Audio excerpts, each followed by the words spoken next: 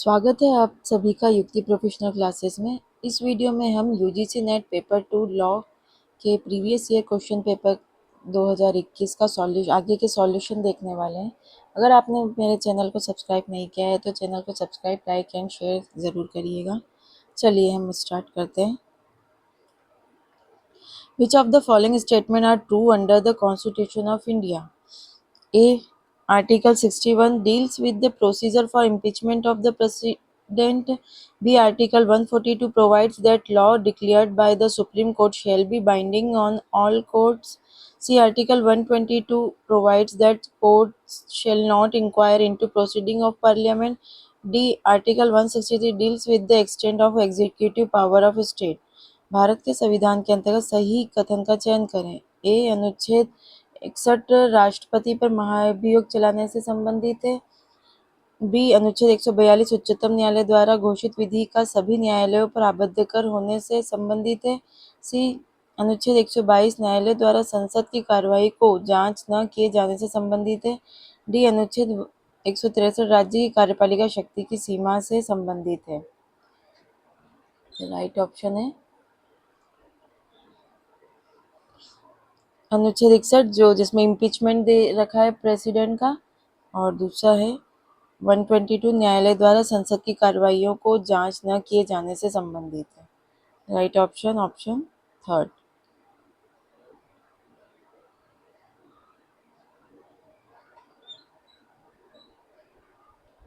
Next है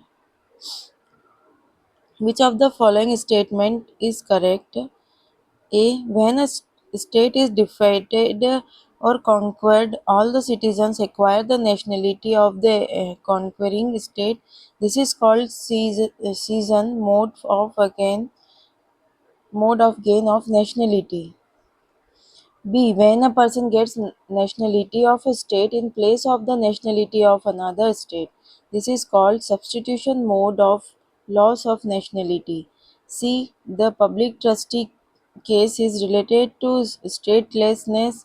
D. The General Assembly decided to convey a conference to conclude a convention on reduction of statelessness in 1961.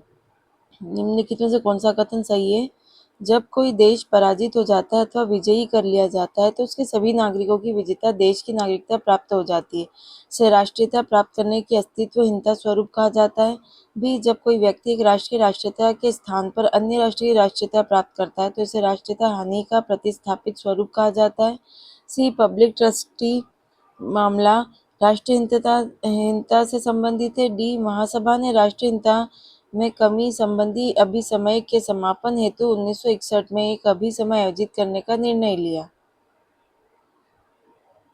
तो right option है B. जब कोई व्यक्ति एक राष्ट्र की राष्ट्रीयता के स्थान पर अन्य राष्ट्र की राष्ट्रीयता प्राप्त करता है तो इसे राष्ट्रीयता हानि का प्रतिस्थापित स्वरूप कहा जाता है। और सी. पब्लिक ट्रस्टी मामला राष्ट्रीयहीनता से संबंधित है। तो option first.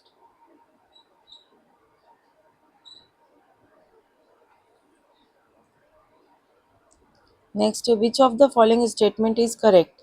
De jure recognition is final, whereas de facto recognition is provisional. B. De facto recognition can be withdrawn, but de jure recognition is irrevocable. C. De facto recognition has retrospective operation as exactly as in the case of de jure recognition. D. There is no distinction between de jure and de facto recognition for the purpose of giving effect to the internal acts of the recognised authority. निम्नलिखित में से कौन सा कथन सही है? विधितः मान्यता अंतिम होती है और जबकि वस्तुतः मान्यता अनंतिम होती है। बी. वस्तुतः मान्यता को वापस लिया जा सकता है जबकि विधिक मान्यता को वापस नहीं लिया जा सकता। सी. वस्तुतः मान्यता और विधितः मान्यता दोनों भूतलक्षी प्रभाव से लागू होती है। डी. मान्यता प्राप्त प्राधिकारी के आंतरिक कार्यों की प्रभावशीलता के उद्देश्य से विधितः एवं वस्तुतः मान्यताओं में कोई अंतर नहीं है। राइट है ए. विधि मान्यता अंतिम होती है और ये वस्तुतः मान्यता अनंतिम होती है। बी. वस्तुतः मान्यता को वापस लिया जा सकता है लेकिन विधितः मान्यता को वापस नहीं लिया जा सकता है। एंड डी मान्यता प्राप्त अधिकारी के आंतरिक कार्यों की प्रभावशीलता के उद्देश्य से विधिता एवं वस्तुतः मान्यताओं में कोई अंतर नहीं है। Right option option first.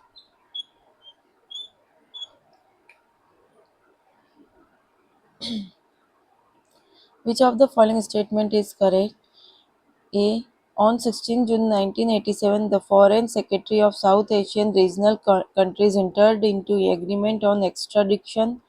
B. Hong Kong Pact on extradition with India was entered in the middle of June 1980. C. India and Germany signed an extradition treaty on 27 June 2001. India and France signed an extradition treaty on 24 June 2002. निम्नलिखित में से कौन सा कथन का चयन करें? ए 16 जून 1987 को दक्षिण एशियाई क्षेत्रीय क्षेत्रों के विदेश सचिवों ने प्रत्यार्पण संबंधी समझौते पर हस्ताक्षर किए। बी भारत के साथ प्रत्यार्पण संबंधी हांगकांग समझौते पर जून 1980 के मध्य में हस्ताक्षर हुए। सी भारत तथा जर्मनी ने 27 जून 2000 को प्रत्यार्पण संधि पर हस्ताक्षर किए। डी भारत तथा फ्रांस ने 24 जून 2002 को प्रत्यार्पण संधि पर हस्ताक्षर किए। राइट ऑप्शन है ए 16 जून 1987 को दक्षिण एशियाई क्षेत्रीय देशों के विदेश सचिवों ने प्रत्यार्पण संबंधी समझौते पर हस्ताक्षर किए। एंड सी भारत और जर्मनी ने 27 जून 2001 को प्रत्यार्पण संधि पर हस्ताक्षर किए। तो right option option third.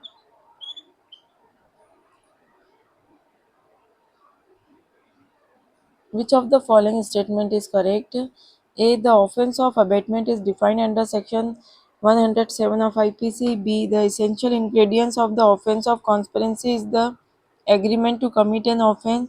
C. The punishment of criminal conspiracy is given under section 120 IPC. D. State of Tamil Nadu through Superintendent of Police CBI SIT versus Nalini is a case related to offence of abatement.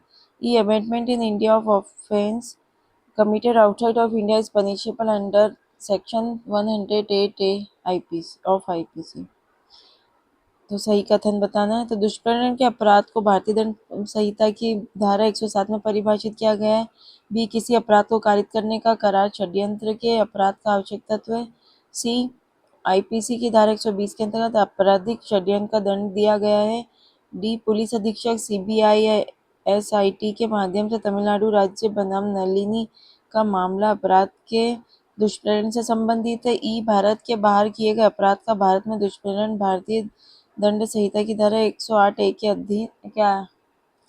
अधीन दंडनीय है। Right option है ए जिसमें abetment 107 में परिभाषित है।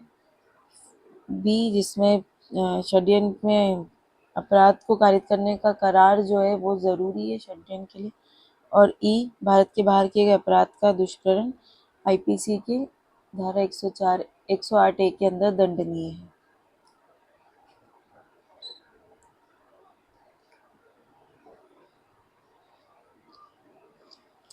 Next, which of the following statements are correct? A. Theft is defined under Section 378 IPC as the dishonest removal of movable property out of the possession of any person without his consent. B. In the offence of extortion, punishment is up to 3 years under Section 384 IPC. C. The offence of robbery is defined under Section 391 IPC. D. Dacoity is a robbery committed by 5 or more persons. E. The punishment for dacoity is prescribed under Section 392 IPC. तो सही कथनों का चयन करना। तो IPC की धारा 378 के अंतर्गत चोरी को किसी व्यक्ति की सहमति के बिना बेईमानी से उसके कब्जे वाली चल संपत्ति के अपसारण के रूप में परिभाषित किया गया है। बी उद्यापन के अपराध में आईपीसी की धारा 384 के अधीन 3 वर्ष का दंड है। सी लूट के अपराध को आईपीसी की धारा 391 के अधीन परिभाषित किया गया है। डी डकैती 5 या से अधिक व्यक्ति द्वारा की गई लूट है। ई डकैती का दंड आईपीसी की धारा 392 के अधीन विहित है।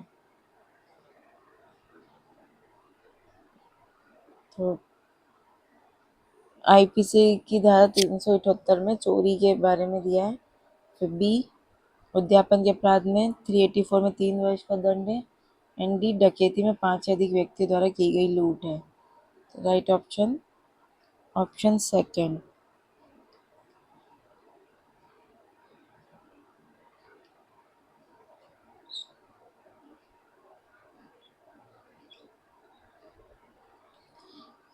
Which of the following statement is correct? The offence of sedition is defined under Section 124AI of IPC.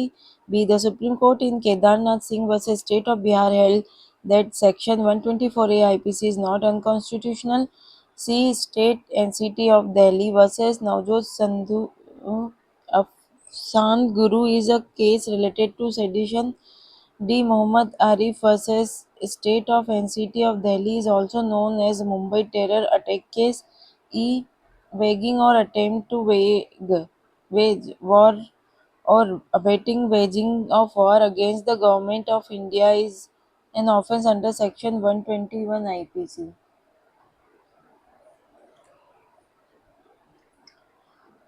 Right option है the offence sedition is 124A and B. The Supreme Court in Kedarnath versus State of Bihar held that ये जो 124 है IPC unconstitutional नहीं है, इससे related है। और ई वाला भारत सरकार के विरुद्ध युद्ध छेड़ना, वेगिंग द वार और abetting the war against the government. The right option is option third.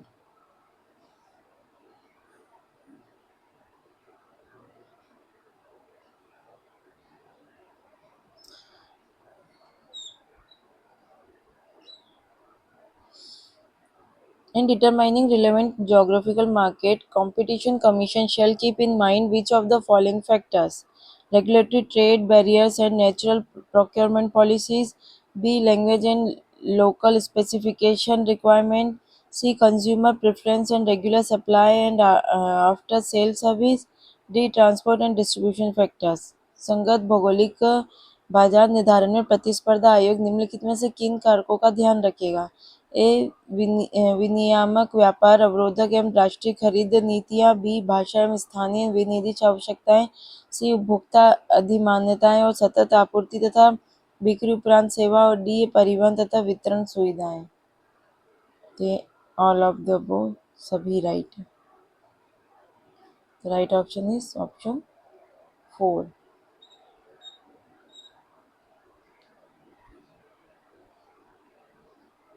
Next है consumer mediation cell has to hold which of the following document: list of impaneled mediators, list of all cases handled by the sale, records of all proceedings, information specified by regulations। उपभोक्ता मध्यस्थता प्रकोष्ठ निम्नलिखित में से कौन से दस्तावेज का धारक होगा? पैनलबद्ध मध्यस्थों की सूची, प्रकोष्ठ द्वारा किए गए सभी मामलों की सूची, सभी कार्रवाइयों का अभिलेख और विनियमन द्वारा विनिर्दिष्ट जानकारी। तो इसमें भी चारों ही राइट है। Option 4।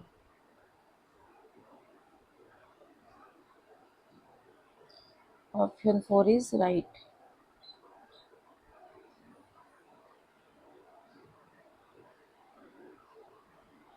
Removal of member of company law appellate tribunal can be carried out in a consultation by central government, chief justice, chairperson of appellate tribunal, auditor general। Right option है central government and chief justice. तो option first is right.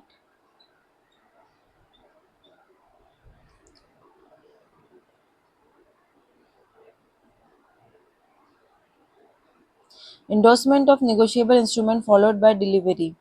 A. Transfer the property in instrument to endorsee. B. Transfer the right of further negotiation to the endorsee. C. May exclude or restrict the right of further negotiation by endorsee. D. May merely constitute the endorsee as an agent।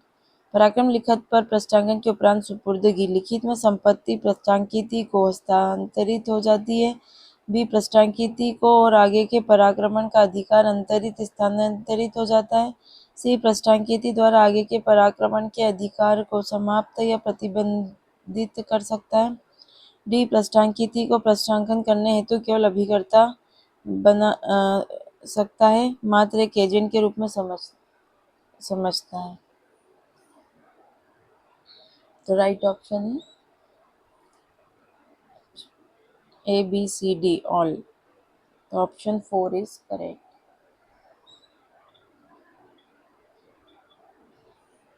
Next है,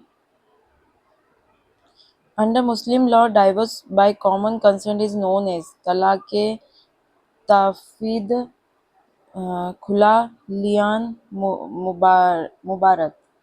तो right option है खुला and Lian, option second.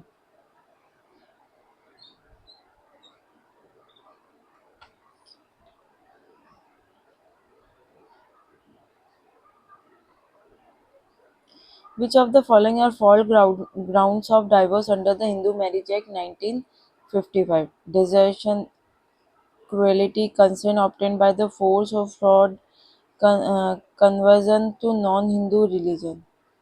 Hindu विवाह अधिनियम 1955 के अंदर निम्नलिखित में से कौन सा विवाह विच्छेद के दोष के आधार फॉल्ट ग्राउंड है?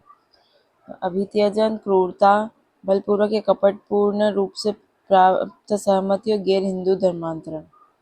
तो राइट ऑप्शन है ए अभित्यजन, क्रूरता एंड बलपूर्वक या कपटपूर्ण द्वारा सहमति।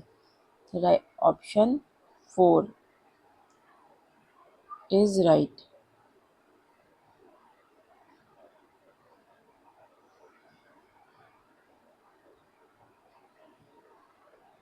सॉरी, ये फिर से है अभित्यजन, क्रूरता और गैर हिंदू धर्मांतरण। तो option 4 is right.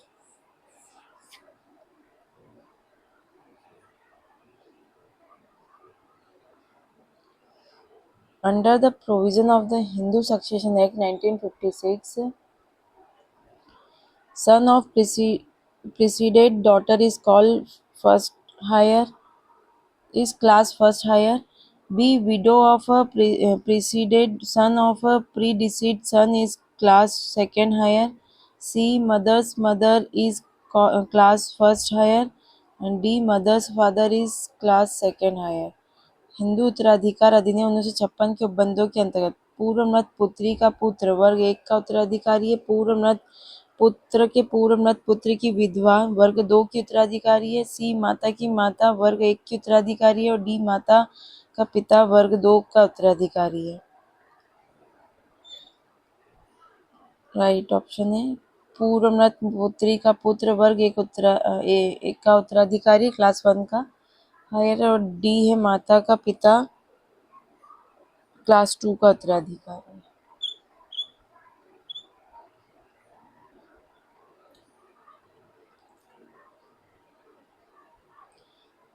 The National Commission for Women shall perform some of the following functions: shall fund litigations involving issues affecting a large body of women.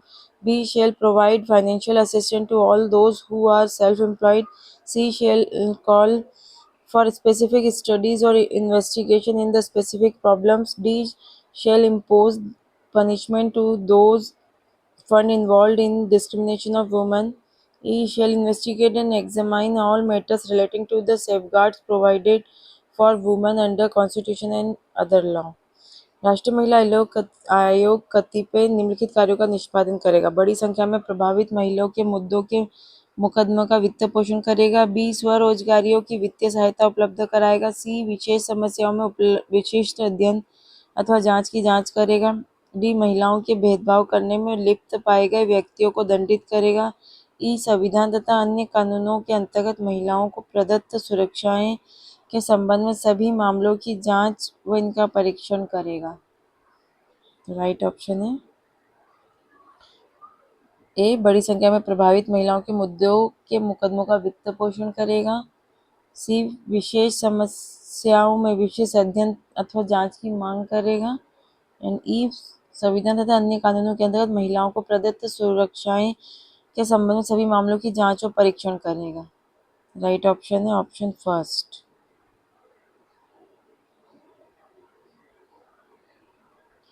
Right option, option first.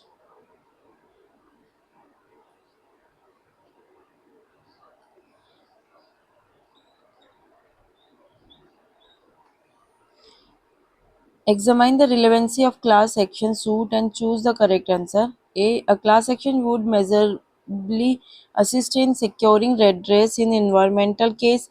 B. Monetary recovery is from the tort feasors in the environmental case.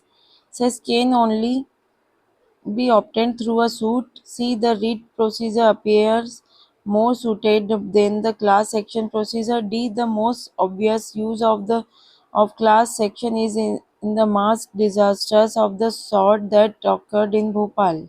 समूहवाद की सुसंगतता का परीक्षण करें तो और सही उत्तर चुनें। तो समूहवाद पर्यावरणीय मामलों के समाधान में परिणामगत सहायक होगा। बी पर्यावरणीय मामलों में अपकृत्यकर्ता से धनीय वसूली मात्रवाद के माध्यम से ही प्राप्त की जा सकती है। सी समूहवाद को अपेक्षाकृत प्रक्रिया अधिक तर्कसंगत प्रतीत होता है। डी समूहवाद का सर्वाधिक सुस्पष्ट उपयोग भोपाल त्रासदी जैसी व्यापक आपदा में हो सकता है। Right option A, B and D.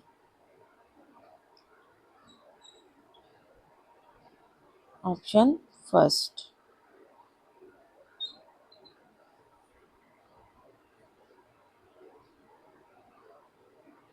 The geographical indication are distinct signs or indication which identify any goods as act of unfair competition under the Paris Convention 1967 originating in a specified territory stipulate the misleading test guaranteeing a negative right.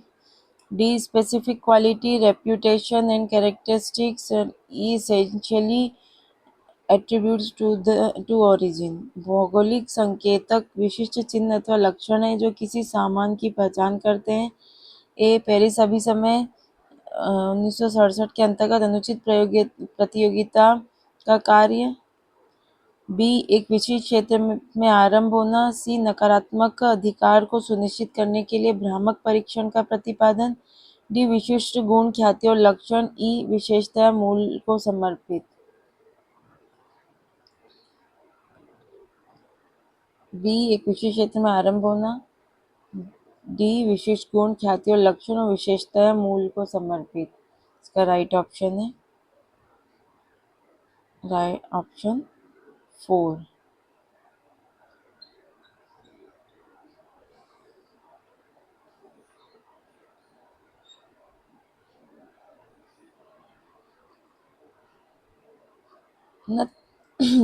Nothing in TRIPS Agreement 1995 shall derogate from the existing obligations prescribed under A. Paris Convention 1967, Rome Convention 1961, Berne Convention 1971, Biodiversity Convention 1992, Integrated Circuit Treaty 1989। तो right option है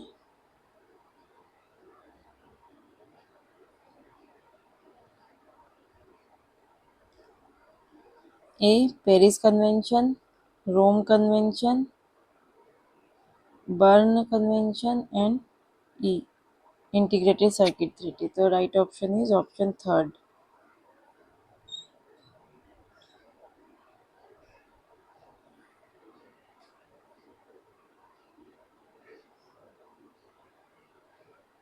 Computer network means the interconnection of one or more computers of computer system or communication device through the use of a satellite, microwave, terrestrial line, wire, wireless, or other communication media. Be a device or collection of device including input and output support device. C any electronic, magnetic, optical, and other high-speed data processing device. D all input, all out processing, storage, computer software, communication facilities. E terminal or a complex consisting of two or more interconnected computers or communication device. Computer network का तात्पर्य है एक या अधिक computer अथवा computer समूह संचार यंत्र का नियत अंत संयोजन। ए उपग्रह, माइक्रोवेव, भूतार, तार, बेतार अथवा अन्य संचार माध्यमों का प्रयोग। बी एक यंत्र अथवा यंत्रों का समूह जिसके अंतर्गत इनपुट्स आउटपुट सहायक यंत्र सम्मिलित है। सी कोई इलेक्ट्रॉनिक, चुंबकीय, प्रकाशीय और अन्य तीव्र गति से डाटा प्रसारित करने वाले संयंत्र। डी सभी आउटपुट इनपुट प्रसाधन, स्टोरेज, कंप्यूटर सॉफ्टवेयर अथवा संचार सुविधाएं। ई टर्मिनल अथवा कॉम्प्लेक्स जो दो अथवा अधिक कंप्यूटरों या संचार संयंत्रों से अंतर संयोजित हो। राइट ऑप्शन है उपग्रह, माइक्रोवेव, भूतार, चाहिए सैटेलाइट वगैरह। ई है टर्मिनल अथवा कॉम्प्लेक्स जो दो या अधिक कंप्यूटरों या संचार संयंत्रों से अंतर संयोजित हो।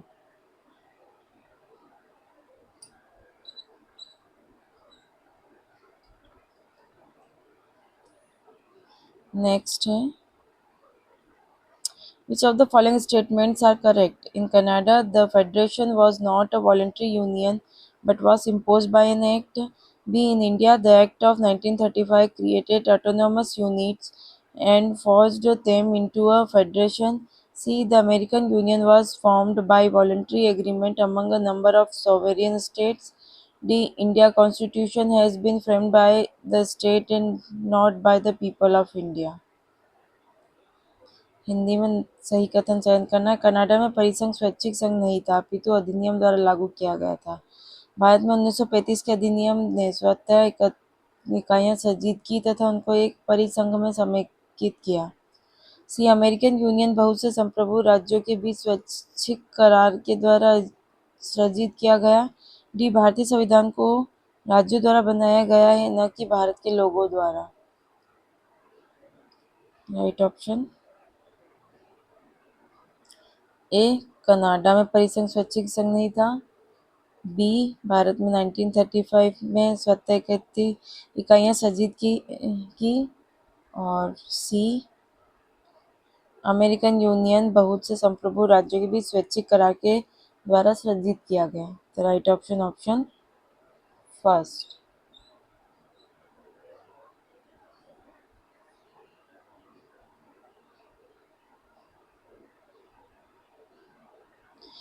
Amendment in the American Constitution may be proposed by Congress with a two-third majority in both the House of Representatives and the Senate.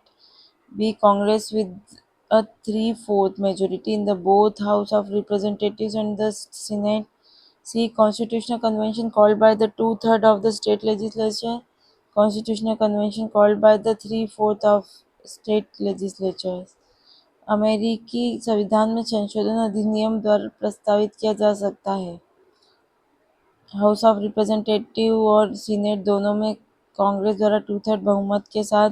House of representative और सीनेट दोनों में कांग्रेस द्वारा थ्री-फोर्थ बहुमत के साथ। सी दो तिहाई राज्य विधानमंडलों द्वारा बुलाए गए संवैधानिक अभिसमय द्वारा।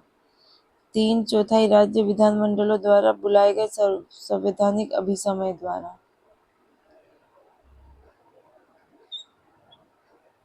राइट ऑप्शन है ए हाउस ऑफ रिप्रेजेंटेटिव और सीनेट दोनों में कांग्रेस का टू-थर्ड बहुमत के साथ। एंड सी दो तिहाई राज्य विधानमंडलों द्वारा बुलाए गए संवैधानिक अभिसमय द्वारा। चलिए आज के लिए इतना ही, मिलते हैं नेक्स्ट वीडियो में।